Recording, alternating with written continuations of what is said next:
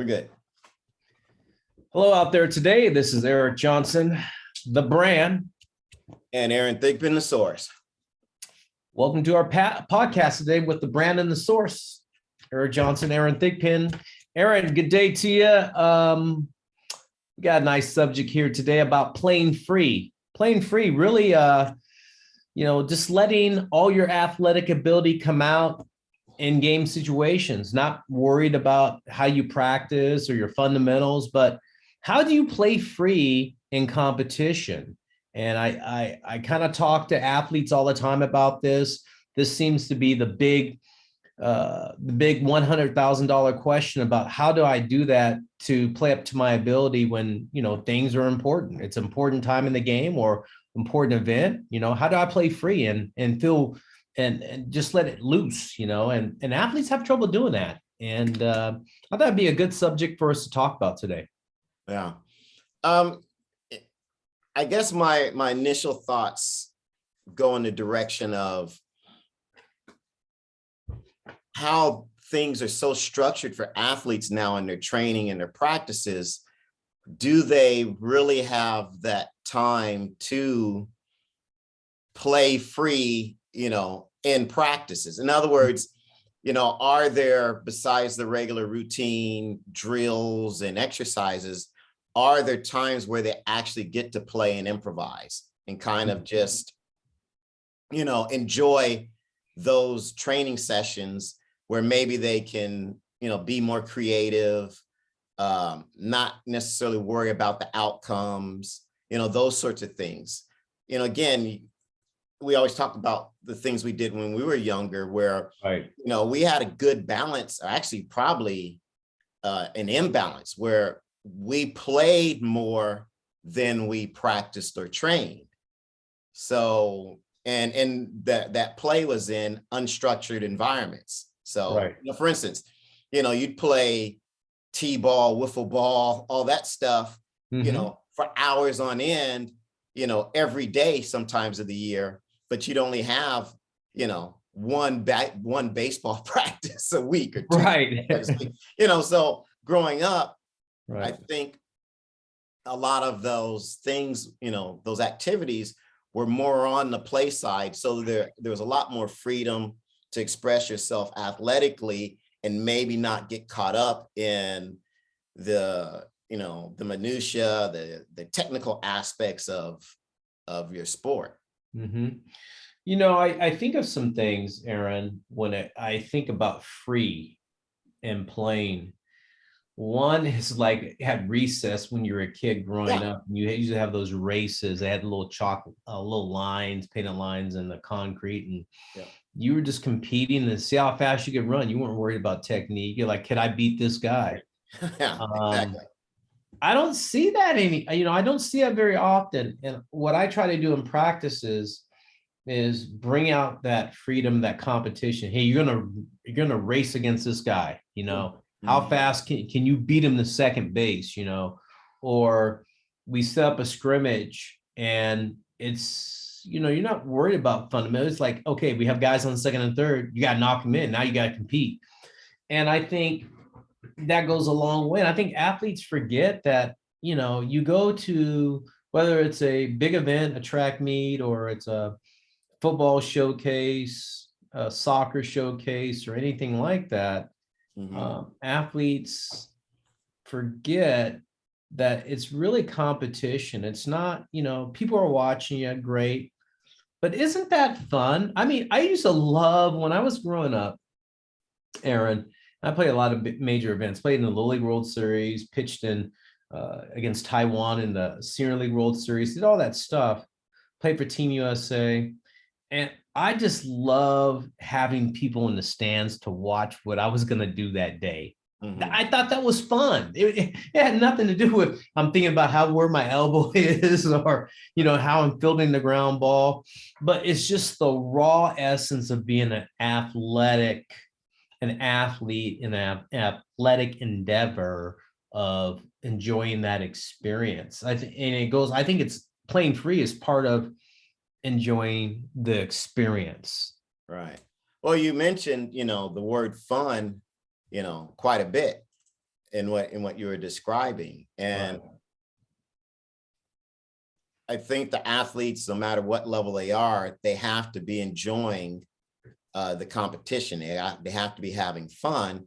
And when, and this is probably, on us as coaches and parents, put so much emphasis on the result and the outcome, then it gives them probably too much to think about versus having fun. So, if a kid is worried about his launch angle or his foot strike, running, or the elbow angle on his arm swing, if you feed so much, we feed so much information to these kids that they're developing these checklists in their head of how to do these things versus just, once they get there, having fun and, letting what happens.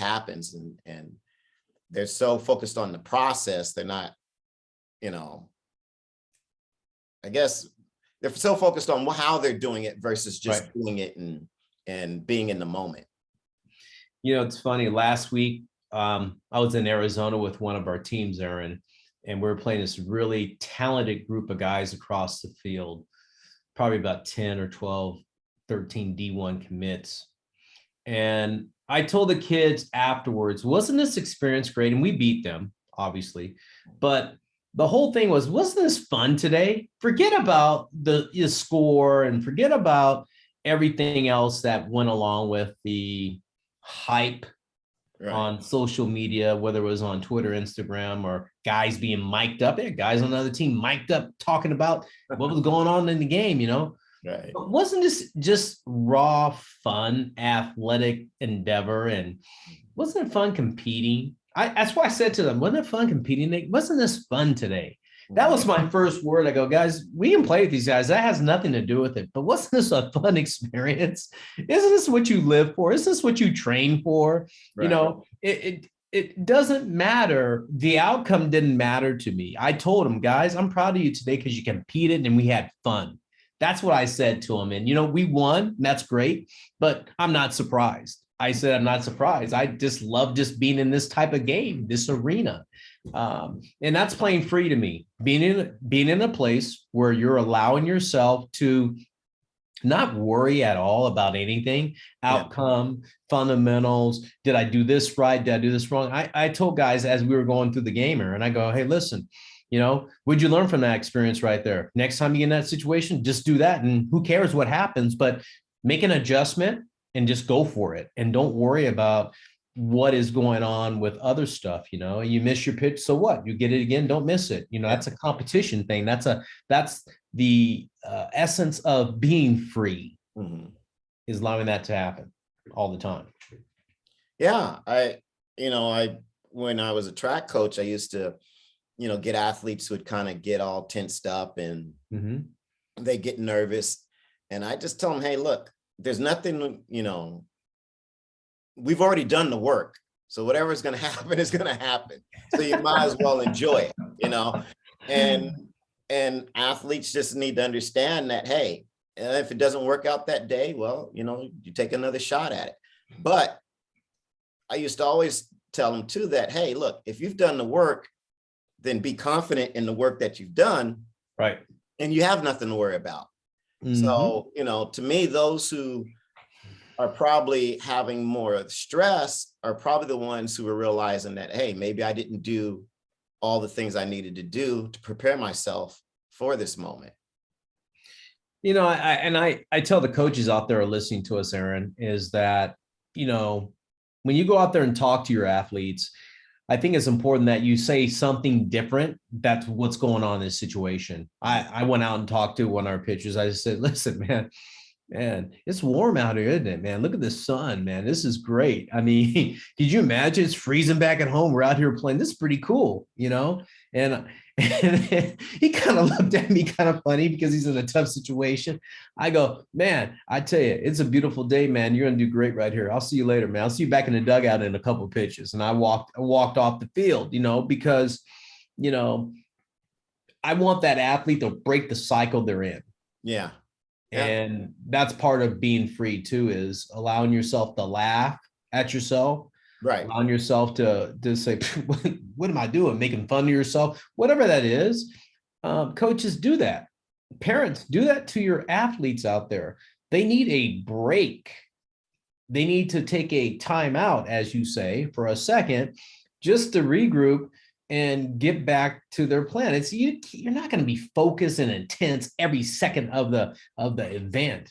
There's times when you learn how to concentrate, put it on and put out. Aaron, when you're running track, you're a world-class sprinter. I'm sure you're not thinking about it 24/7, at the meet, and that's all you get there. And then you get an event, you're just like, oh, you're just so overstimulated with thoughts that you can't perform. Right. I mean, how did you handle that when you were running, man? I mean, you're a world-class sprinter. I just had again, I had a competitive switch. So, I knew how to turn it on and turn it off. And, there are times where literally I'd be taking a nap up to 15 minutes before I ran, or I wouldn't be horse playing or anything like that. But, I liked hanging out with the fellas at the track meets, because you get to see guys you hadn't seen for a while. They might be from across the country, and you catch up with them, those who want to, do that. And so I might shoot the shit with guys, up until it's time to get prepared. Then it's game face on. And then after that, after the race is over, literally after you cross the line, switch goes off and it's like, hey, that was a good race. Or, what happened, man? Or what do you think you're doing, man? You're trying to beat me back there. That's kind of was my approach. Yeah. So I never really took it, wins or losses real personally. Right. Obviously if I didn't do something correct, I'd be like, oh man, I didn't do that right. Get that right. But, for me, it was, I just liked competing and I liked being out there. So yeah, I love winning more than I like losing, but I just had a different take on what my experience for that day should be. Oh. And so my experience wasn't about the win or the lose. Right. The experience was about meeting the challenge, competing, and then, hey, how did I do yes, against the field, but also how did I do against myself? And how did I do against the goals that I set for myself for that day? So, there were times where I might be working on a certain phase of my race, and I know working on that phase, I wasn't going to win. But if I ran the race and I did what I had set out to do, I was like, okay, that's all right, because it was a means to an end later on. Kind of like building blocks. It also depends. Yeah. So I guess it just depends also on the level of the competition. Now, obviously, when it starts to get to be U.S. nationals or Olympic trials, things like that, yeah, there's a lot more at stake and a lot more on line. But, building up to that, little bit different take on things, but even then, going to those events, it was about still competing well, showing well, doing what you did, but what was the total experience? Yeah, I think back at my experience as an athlete, and even today when I dabble out there and get out to a qualifier in golf and try to compete that way, Aaron.